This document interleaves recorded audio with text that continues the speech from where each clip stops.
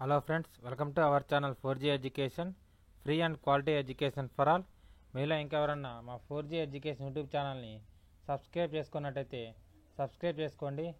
అదేవిధంగా పక్కన్న బెల్ ఐకాన్ని క్లిక్ చేయండి.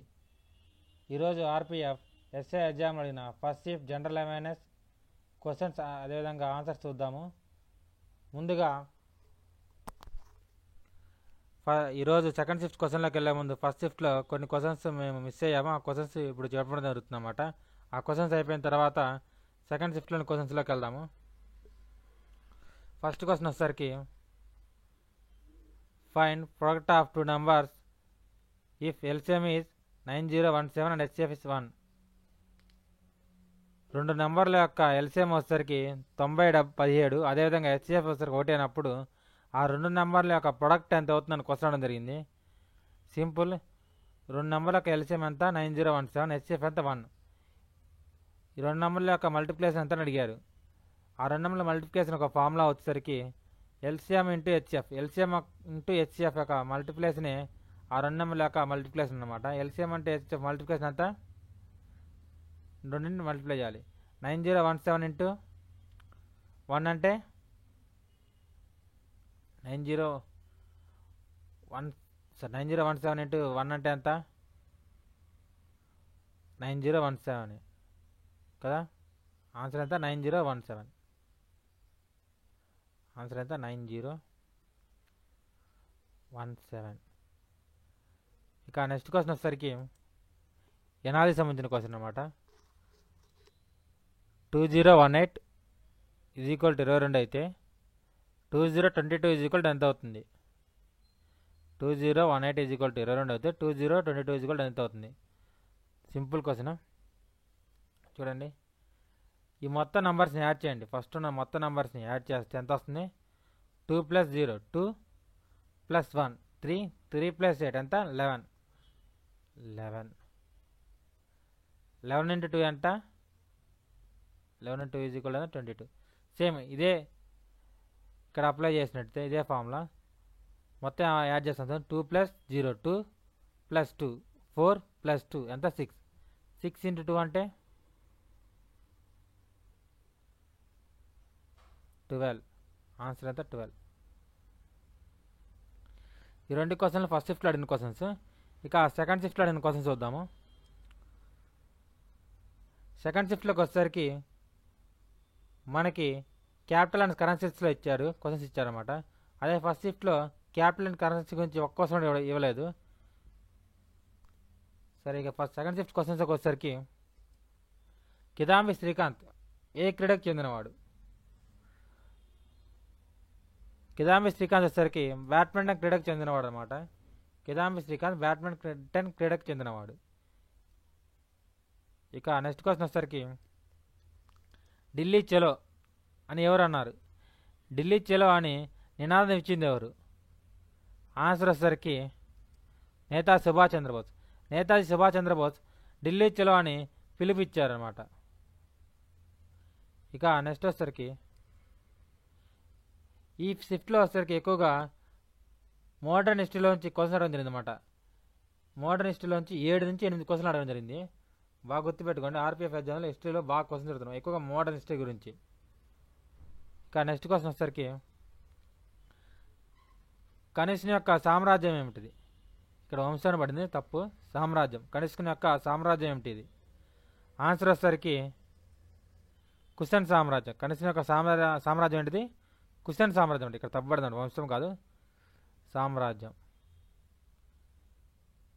ఇక నెక్స్ట్ క్వశ్చన్లోకి వెళ్తే కనిష్కుని యొక్క బిరుదు ఏమిటి. కనిష్కుని యొక్క బిరుదు ఏమిటి అనే క్వశ్చన్ కూడా జరిగింది. కనిష్కుని యొక్క బిరుదు వచ్చేసరికి దేవయాత్ర. కనిష్కుని యొక్క బిరుదు ఏంటిది, దేవయాత్ర. ఇక నెక్స్ట్ క్వశ్చన్లోకి వెళ్తే హైడ్రోజన్ యొక్క అటామిక్ నెంబర్ ఎంత. ఫస్ట్ షిఫ్ట్లో అసలు పీరియడ్ టేబుల్ నుంచి ఒక్క క్వశ్చన్ అడగాలి, ఈ షిఫ్ట్లో ఈ క్వశ్చన్ అడగడం జరిగింది అనమాట. హైడ్రోజన్ యొక్క అటామిక్ నెంబర్ ఎంత, 1. హైడ్రోజన్ యొక్క పరిమాణ నెంబర్ ఎంత, 1. ఇక నెక్స్ట్ క్వశ్చన్లోకి వెళ్తే గోబీ ఎడారి ఏ దేశంలో ఉంది. గోబీ ఎడారి అనేది ఏ దేశంలో ఉందని క్వశ్చన్ జరిగింది. ఆన్సర్ వచ్చేసరికి చైనా. గోబీ రివర్ ఏ దేశంలో ఉంది? చైనాలో ఉంది. ఇక నెక్స్ట్ క్వశ్చన్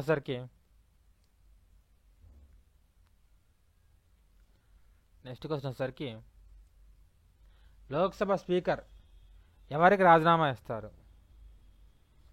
లోక్సభ స్పీకర్ తన రాజీనామాను ఎవరికి ఇస్తారని క్వశ్చన్ జరిగింది. ఆన్సర్ వచ్చేసరికి డిప్యూటీ స్పీకర్. చాలామంది ప్రెసిడెంట్కి ఇస్తారనుకుంటారు, కానీ లోక్సభ స్పీకర్ తన రాజీనామాని డిప్యూటీ స్పీకర్కి ఇస్తారు. అదేవిధంగా డిప్యూటీ స్పీకర్ తన రాజీనామాని లోక్సభ స్పీకర్కి ఇస్తారన్నమాట. అదేవిధంగా ప్రెసిడెంట్ ఎవరికి ఇస్తారంటే వైస్ ప్రెసిడెంట్కి తన రాజీనామా పత్రాన్ని ఇస్తారన్నమాట. అదేవిధంగా వైస్ ప్రెసిడెంట్ వచ్చేసరికి రాష్ట్రపతికి ఇస్తాడు, ప్రెసిడెంట్కి రాజీనామా ఇస్తారు. గుర్తుంచుకోండి, లోక్సభ స్పీకర్ రాజీనామా పత్రం ఎవరికి ఇస్తారంటే డిప్యూటీ స్పీకర్కి ఇస్తారు. అదేవిధంగా డిప్యూటీ స్పీకర్ ఎవరికి ఇస్తారు? లోక్సభ స్పీకర్కి ఇస్తారు తన రాజీనామాని. ప్రెసిడెంట్ ఎవరికి ఇస్తాడు? వైస్ ప్రెసిడెంట్కి ఇస్తాడు. అదేవిధంగా వైస్ ప్రెసిడెంట్ ఎవరికి ఇస్తారంటే ప్రెసిడెంట్కి ఇస్తారన్నమాట. తన రాజీనామా పత్రాన్ని ఎవరికి ఇస్తారు? క్వశ్చన్. నెక్స్ట్ క్వశ్చన్ వచ్చేసరికి సూర్య దేవాలయం ఎక్కడుంది? గుర్తుంచుకోండి, సూర్య దేవాలయం ఎక్కడుంది? ఆప్షన్స్లో కోనార్క్ దేవాలయం ఇవ్వను కూడా ఇవ్వలేదు. కోనార్క్ ఇవ్వలేదు కాబట్టి వేరే ఆప్షన్స్లోకి వెళ్ళాలి. కోనార్క్ సూర్య దేవాలయం అందరికీ తెలిసింది, కానీ కోనార్క్ అనేది ఆప్షన్లో ఇవ్వలేదు. ఈ ఆప్షన్లో ఇచ్చిన దాంట్లో ఆన్సర్ వచ్చేసరికి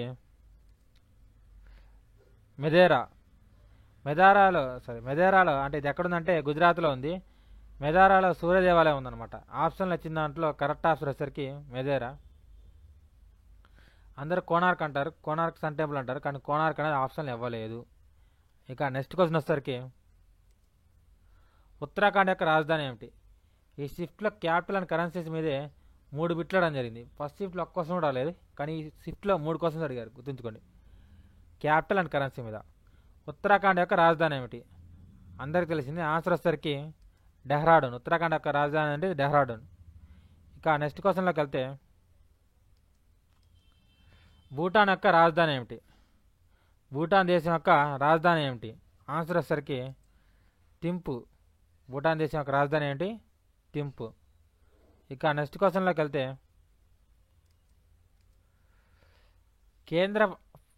ఏ కేంద్ర పాలితంలో అతి తక్కువ లింగ నిష్పత్తి కలిగి ఉంది? ఏ కేంద్ర పాలితం అతి తక్కువ లింగ నిష్పత్తి అంటే అతి తక్కువగా సెక్స్ రేషియో కలిగి ఉన్న కేంద్ర పాలిత ప్రాంతం ఏదని అడిగారు.